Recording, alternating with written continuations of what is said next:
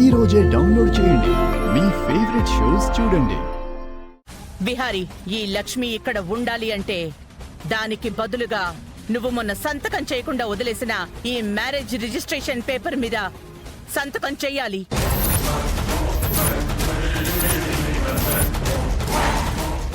సంతకం పెడతావా, దాన్ని బయటికి గెంటేమంటావా? చెప్పు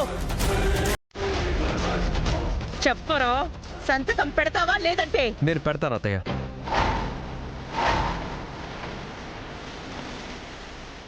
ఇదిగో పెన్.